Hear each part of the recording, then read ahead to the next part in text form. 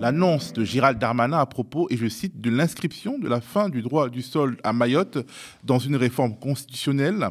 La Macronie est-elle en train de donner une nouvelle victoire idéologique à l'extrême droite avec ce nouveau projet? Nous avons eu la loi immigration en décembre qui reprenait les propositions du Front National de Jean-Marie Le Pen et qui a tenté de les inscrire dans la loi. Nous faisons notre entrée avec un gouvernement qui met à mal le droit du sol. On a un président de la République et un gouvernement qui va remettre en cause l'AME. Donc on le voit, aujourd'hui, on a un gouvernement qui a fait le choix, finalement, de reprendre les propositions du Rassemblement national, de reprendre ces mots, de reprendre ces termes. Avec le référendum de 1974, comme les spectateurs le savent déjà, il y a eu une différence entre Mayotte et les autres îles de l'archipel qui ont voté à 99% pour l'indépendance, alors que Mayotte a voté non à 63%. La France a ensuite annexé Mayotte. Et c'est en ce sens qu'il s'agissait là d'une violation du droit international, puisque normalement le principe de la décolonisation est que les territoires qui se décolonisent doivent le faire dans le respect de l'intangibilité des frontières. Or, Mayotte faisait partie de l'archipel des Comores. Est-ce que vous pensez que vous accueillez bien Gérald Darmanin? C'est pas le débat d'aujourd'hui, mais j'aurais... On en parlera un peu plus tard. Monsieur Darmanin qui veut supprimer le droit du sol pour Mayotte. Il vous répondra aux questions au gouvernement. Vous ne partagez pas son avis?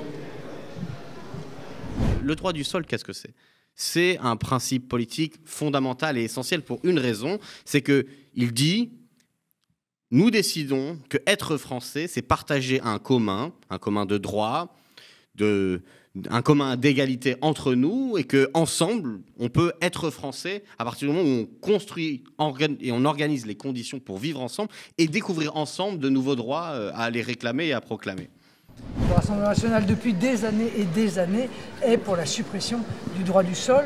Nous sommes tout à fait convaincus par la maxime être français, ça s'hérite ou ça se mérite. Il faut savoir que les îles de Mohéli, Anjouan, la Grande Comore, donc les Comores, l'archipel des Comores, il y a une pauvreté endémique qui dure et perdure.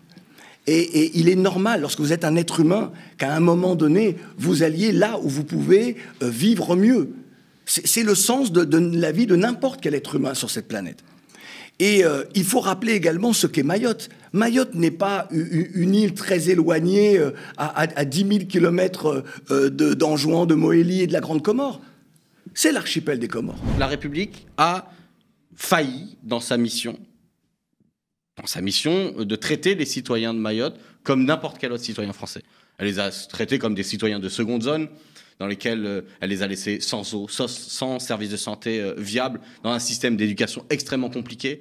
Quiconque connaît les gens qui ont enseigné à Mayotte savent qu'ils ont des difficultés pour recruter, pour y aller, et ensuite que c'est une gestion absolument catastrophique. Et puis, effectivement, quand vous mettez et vous concentrez des populations en extrême pauvreté sur un territoire, qu'est-ce qui se passe ? Il y a un moment où l'ordre social vacille parce que les gens qui sont poussés par la survie ne reconnaissent que la loi de leur ventre, de la faim, de la peur, de ne pas pouvoir habiter, de ne pas pouvoir vivre tout simplement.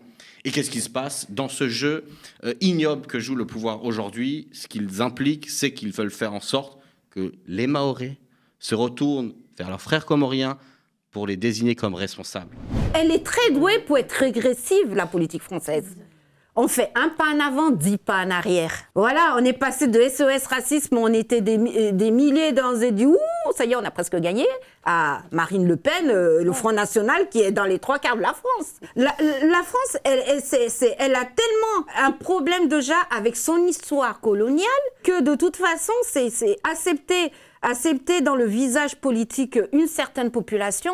C'est aussi accepter quelque part de faire une remise en question. La décision du président Macky Sall de reporter l'élection présidentielle, la colère ne retombe pas. Ce mardi, plusieurs organisations de la société civile appelaient à une marche silencieuse, une marche contre cette décision qui donne le feu vert donc à la continuité du mandat du président. Les autorités sénégalaises ont décidé d'interdire cette marche pour, disent-elles, un risque de perturbation de la circulation. 3 personnes avaient été tuées lors de la dernière manifestation contre ce qui est perçu comme un coup d'État constitutionnel. La crise institutionnelle créée par le président Macky Sall qui s'aggrave. Le Conseil constitutionnel a en effet annulé le décret de Macky Sall qui annulait l'élection de ce 25 février et déclaré la loi qui programmait un nouveau scrutin au 15 décembre 2024. Le Sénégal donne à nouveau un exemple au monde et un exemple à l'Afrique.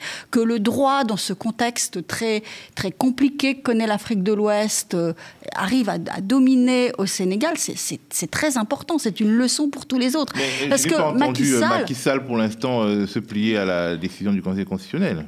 Oui, mais enfin, en tout cas, le Conseil constitutionnel donne une porte de sortie en appliquant le droit. L'armée israélienne continue de pilonner Rafah où sont massés 1,4 million de Palestiniens, dont 610 000 enfants selon l'ONU. Ce chiffre représente plus de la moitié de la population palestinienne de Gaza, celle ayant fui les frappes israéliennes au nord, poussée précisément par Israël à se réfugier dans le sud de l'enclave. Le ministère de la Santé côté palestinien annonce 67 personnes tuées par les bombardements israéliens la nuit dernière et l'ONU rapporte qu'au moins 550 000 personnes se retrouvent face à l'insécurité alimentaire. Officiellement, ils recherchaient quoi? Éradiquer le Hamas. Que voit-on jour après jour à mesure que se développe cette attaque, cette agression sur Gaza? Eh bien que le Hamas gagne une personnalité internationale, devient l'acteur incontournable, presque celui qui fait l'agenda international. Les Palestiniens sont très souvent dubitatifs sur le droit international. Parce que pour beaucoup d'entre eux, le droit international, c'est surtout l'instrument de leur dépossession.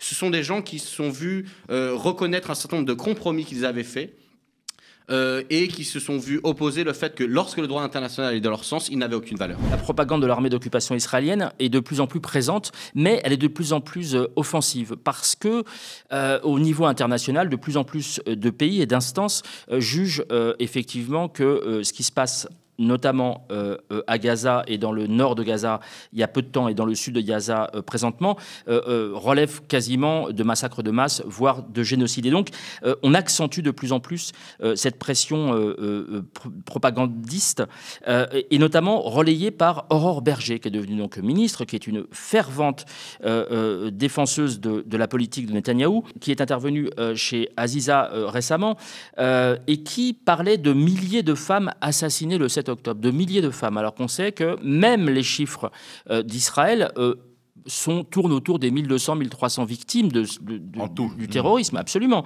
de cet acte terroriste. Mais elle, on parle de milliers de femmes assassinées.